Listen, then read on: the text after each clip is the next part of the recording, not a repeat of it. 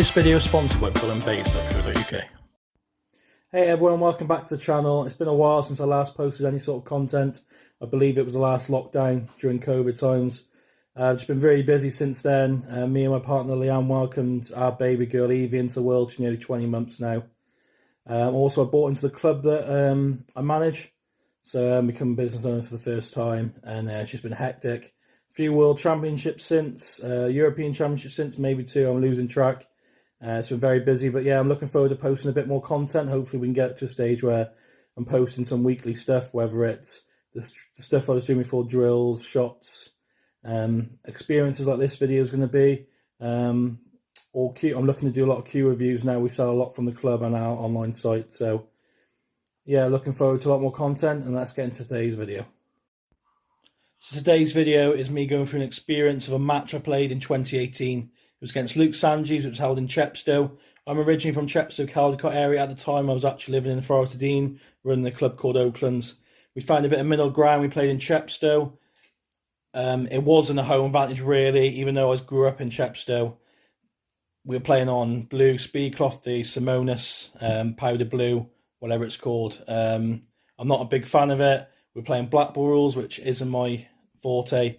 I very much became a World Rules player at the time, and it really didn't suit me. But we had a bit of needle. We both grew up in the Newport area, really. We both played singles league when we were young from Pockets, the old club that used to be owned by Rob Harry. And it wasn't that we never disliked each other originally. We just never got on. And then over time, when I was younger, I was a bit chopsy. I used to give it a bit. He kind of wanted to get into the money match scene. He probably saw me as an easy match. And then we got it on. There was a lot of needle going into the match. And then during the match, there was a lot of needle, which we'll go through. We'll go through now. But yeah, the match was only really for 500 quid, but there was a lot on the line. It was a lot of needle. And looking back at it now, it's really a good experience for my pool playing wise. But it wasn't nice at the time. It was very hostile. We both had a decent amount of supporters each. It was kind of that, even though I'm Welsh and Luke's Welsh, we're kind of that England against Wales battle, because all my supporters were from the Forest of Dean, all English, of course. So you can hear the fans chanting all English Welsh stuff during the match. And yeah, it was a race of 21 frames, like I said, black ball rules on Simona speedcloth, whatever it is. And yeah, we'll go into a bit of detail now. It is quite funny, but basically the only footage of the match I've got is from this point, which is perfect because this is where it did really get heated and the controversy all really started. So just go into a bit of depth on what we missed. So basically early on I went 3-4 frames behind, I think 4-1 and 6-2 behind, struggling to really get into the match, and I was always 3-4 frames behind the whole match all the way up to this point, 18-14. And even though I was trying my best, I just couldn't close the gap. And to be honest, unless something really happened, I don't think I was ever getting back into the match. But this is where the whole game turned. So basically, I missed my last ball. Luke's gone for a finish and ended up playing this sort of safety shot. The argument was, I thought it was a total snooker. Luke thought it wasn't. It was really tight, to be honest. But just the way the black was and the yellow was kind of stopping the white from getting to where it needed to hit the red. Really, it was really tight, but to me it was total snooker. If it was total snooker, I can come off the left-hand rail and maybe nestle onto the red. I can on the left-hand rail, sorry, and then even the right-hand rail, I can just come on and just nestle to it. What I really didn't like was just the way Luke was speaking to the ref, which was Wayne, and he really did influence his decision. I think you can tell by Wayne's face, he couldn't really tell. He didn't really want to call a decision. I'm trying to explain to him where I need to get the white to hit the red, and the yellow's in the way from it. And to be honest, he didn't know. And in that situation, if he thinks I can't hit it, or it's that close, to me it was that sort of decision. This is where he goes trying to get a ball out, and then I explained to him that the object balls are bigger than the white. So we know that it wouldn't be a true reflection. We didn't have a second white ball. I could have easily let him get a red or yellow and try and measure it, and it would have helped me because the ball's bigger. But I'm not a cheat. That's not what it is. So we're in a really awkward situation. I just didn't like how Luke really influenced Wayne, if you know what I mean. So yeah, it was really awkward. And then of course fans start piping in and Luke's still piping in, and I've not really got much options here. I could still try and come off one of the rails, whether it's the right hand rail, and try and drop onto the red and maybe not leave the yellow, but the yellow looks a lot closer to the rail there than what it is. It would, if I probably hit the red, I'm probably going to leave a shot at the yellow. If I come off the left hand rail, I've got to hit a rail course. This is not a total, so I don't think I'm going to be able to do that and not leave the yellow on. It would have been a tricky shot. It was a really tricky shot coming on the left rail. So he's still looking now. He's unsure, but he's been pressured into it. And if only you could hear the conversations that were going ahead more in depth. But at this point, I'm weighing up and I'm thinking, what do I do here? I haven't really got a shot. If he's saying I can hit it, then I'm going to give it a whack, and you'll see in a moment. I make sure I ask the ref so I can hit it, making it clear that I'm going to try and hit it.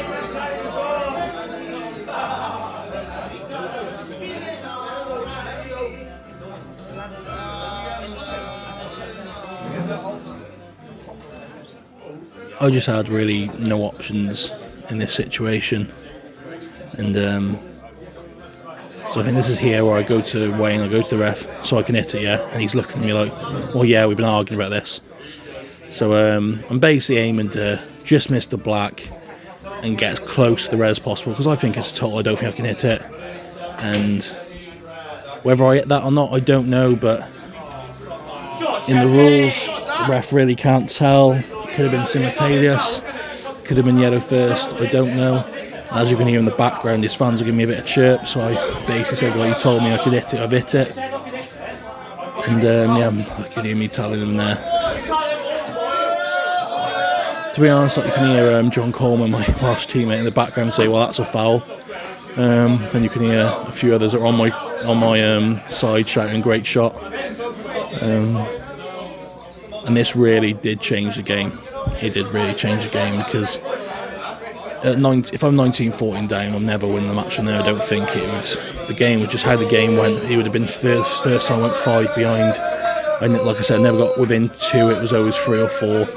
And I think this really kind of broke the momentum and kind of span it my way. You can tell he didn't take it well, and he kind of probably rushed his shot. And he's fouled.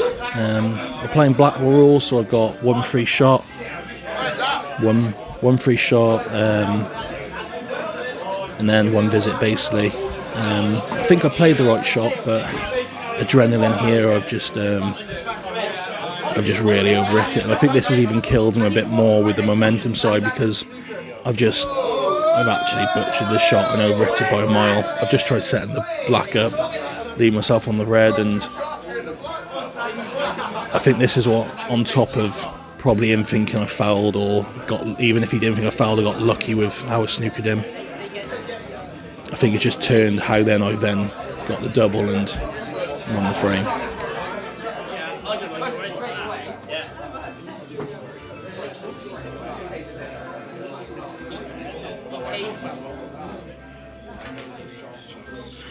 So from here, yeah, I got the double. I'm on the black, and this did really, like I said, it changed the whole momentum of the game. It did proper throw him, and I actually went on to win the next 4 frames after this as well, to make it 5 frames in a row. And a few dishes and a few frames of proper ground out, and it put him under a lot of pressure. And we lead into this point where I'm 19-18 up. So basically, this was the second bit of controversy on the night. Luke's missed his last ball down the rail the previous visit. He was on the black, so he would have made it 19-all. It was a tricky red down, across the whole bottom rail. He missed it though, I snookered him, and he's come out 2 rails and knocked the yellow a bit closer. At this point, my first thought is it a re-rack? With Blackwell rules, the only good thing is I do get ball in hand beyond the line, but of course with ball in hand, I then use the white just to check the gap. Because if it is a re-rack, then of course I'm going the game, because I've got advantage here. Free shot of clearing up the yellows, only 1 really tricky ball. if it's not a re-rack, I'm thinking I'm just going to develop some balls, which I decided just to develop my ball on the top rail and knock it over the bag twice. This is where it all kicked off, because Luke wasn't watching when I was checking the gap. So later on in his visit now, a few of the lads then point out it might be a re-rack, joking around, saying, no, I've checked. At this point I've told him I've checked the gap, so it's not a re-rack. And then he's tried calling a foul for some reason. I'm not sure why he's trying to call a foul. He's trying to say I can't check the gap, whether he thought I picked the white up, not the ref. I don't know, but his head was gone at this point. He was 18-14 up, and now it's 19-18. I'm in total control, and he's thinking, I don't know what he's thinking, but he's definitely in trouble, isn't he? So it's proper kicking off. Like I said, I've used my free visit, etc., to knock it out, and as you can see here, this is where the proper argument and fighting starts, because everyone had a good drink. Lad comes over here, Jake, and starts on my mate Liam, and got a little funny meme to play here for you all. Let's go, they call you a prick. Let's go. What? You're right. You're fantastic. You're fantastic. You're playing shit because you've got no fans. What do you? I don't mind it. If you want some, I'll give it you. Call you a prick, let's go. Let's go. Call you a prick, let's go. Call you a prick, let's go. Let's go.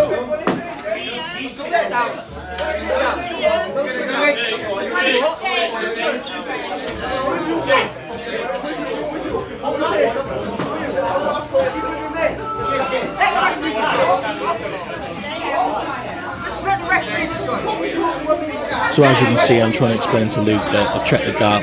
He's thinking it's a foul for some reason. I don't know why. You might have heard me earlier on saying we're not playing American pool. That's because of a situation where a few years ago in the Moscow Cup, Carl Boyes was trying to get the white in a gap to play a shot.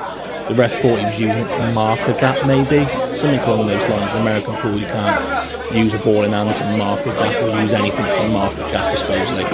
So that was a bit of a mental thing with me, because I knew that rule, but I knew in Blackpool there's no such rule. I've got ball in hand, I can do what I want with the white. If I foul, then it's my own fault if I'm trying to put a white through a gap that I don't need to. So this is where it all kicks off, and on and off the table, as you saw.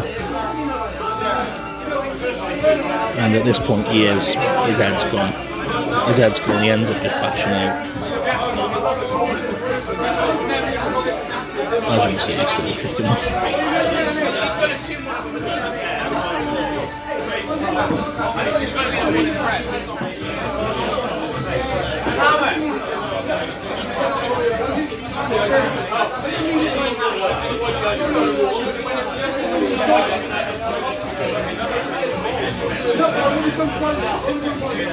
As you can see, he's got no chance anyway, but he's whacked out, and he's actually got quite fortunate, to be honest. I should still clear on ball and hand from there, but where the yellow's gone, I've had to play some sort of shot where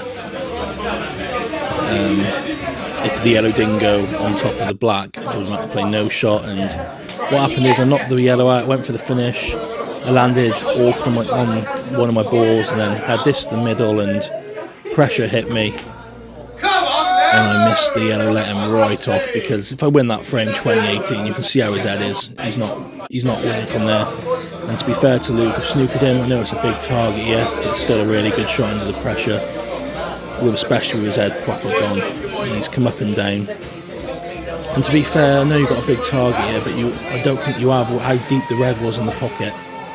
It's still a decent sized target, but it's not as big as what it could be if the red was a few millimetres, centimetres, whatever out. And he's only just hit it, if you can see here.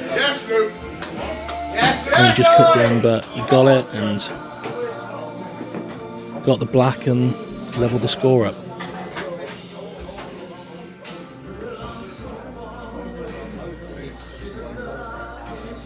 So basically, this is another funny part of the night that I wasn't aware of until I watched the game back. But you can see here, he's giving me the finger.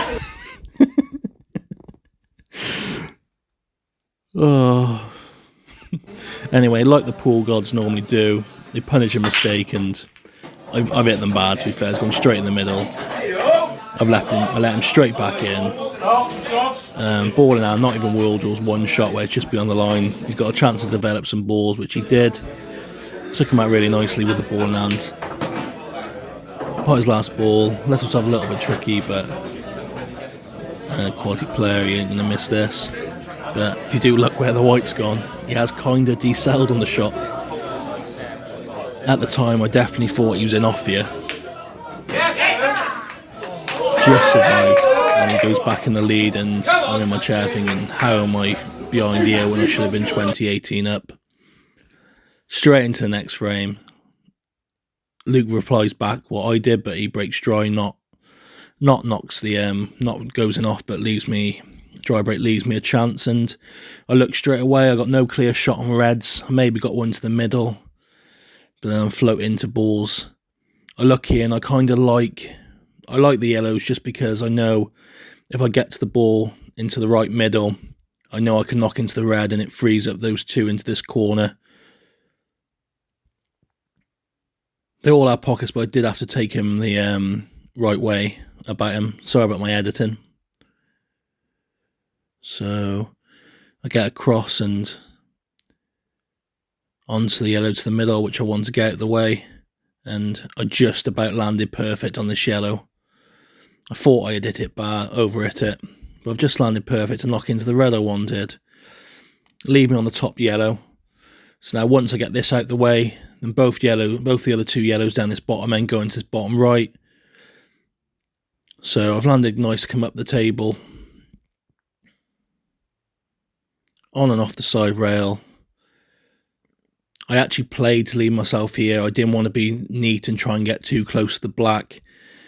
And the plan was originally to probably top through, but I left perfect. Just stun on and off on and off across the side off the rail. And I could have got unlucky and maybe kissed the red and snooker myself, but I thought I had such a big target to get through the gap.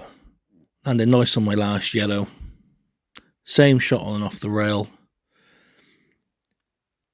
which then made me on the black to move us to a deciding frame, 20 frames all. Pretty sure the doctor said, no football, no fighting. I remember saying that. At this point, I'm just praying for a ball. I mean, praying for a ball. Keep the white safe. Give me a chance. It's all you want in a deciding frame. You just want a chance. Thankfully, I break him quite well. The white was kind of safe. I know it was heading towards the red, but it was never anywhere near.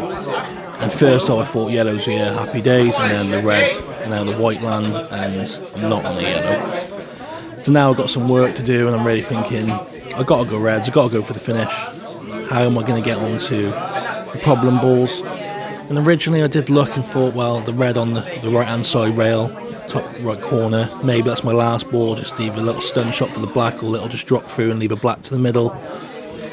But then I really didn't want to be leaving my problem ball or the trickiest ball to the last. I could have maybe played it, and originally I was probably planning to pot it and then just stun and leave the gap for a red to the middle. So straight away I'm just looking to pot a ball, get myself onto reds. I know I've got options.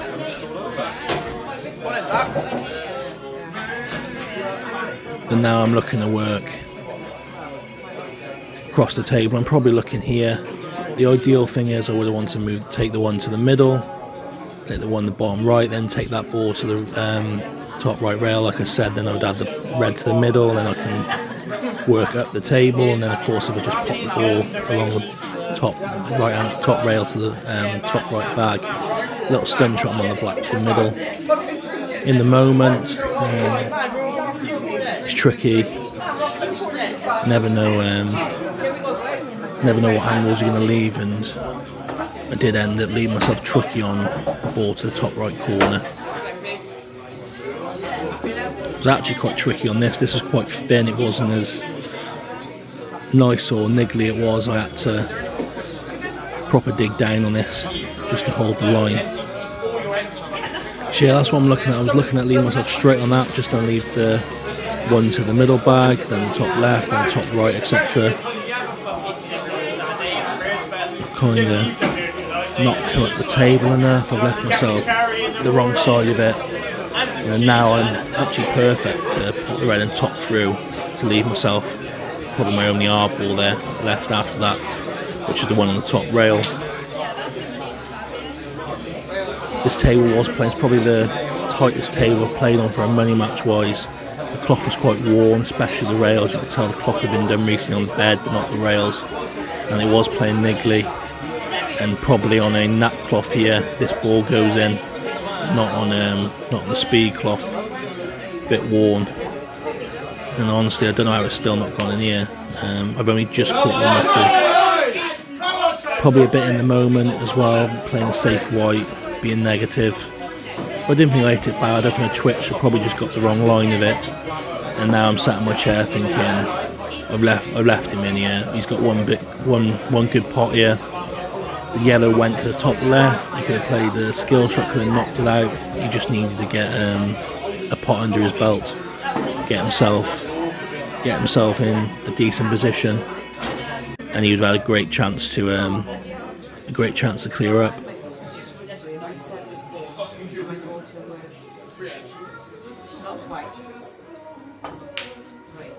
Let's go, Zachy, boy. He's gone, mate. He's gone. Let's go. Come on, Zach.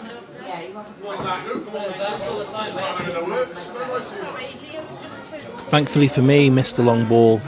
Now I know, just one good shot, and I should have a great chance to clear up and win the frame. This wasn't the hardest shots, it wasn't the easiest, but under pressure, 20 all, siding frame, 500 a man on the line, a lot of pressure, a lot of needle, especially how the match went. I'm just trying to hold my fundamentals together and get this long ball in. I know I'm going to be on the plant across the rail, and I should be able to finish off the match from here.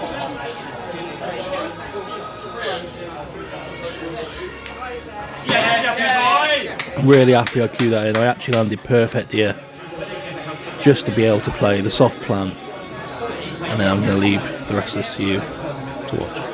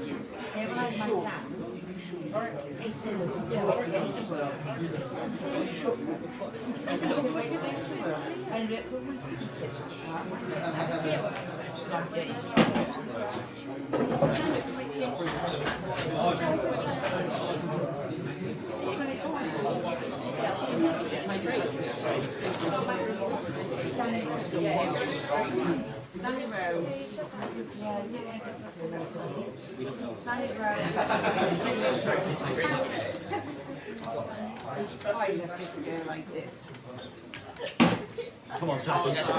One good shot, Zachy. Come on.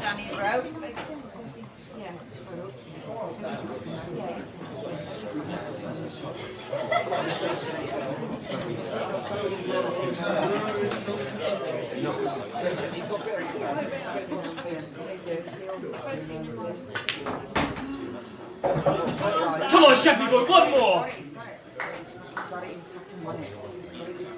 Take your time, Sheppy.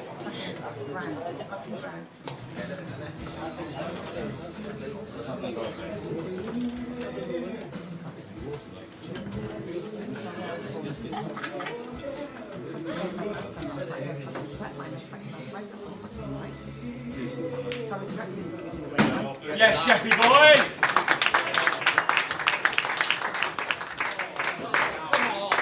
Well played, mate.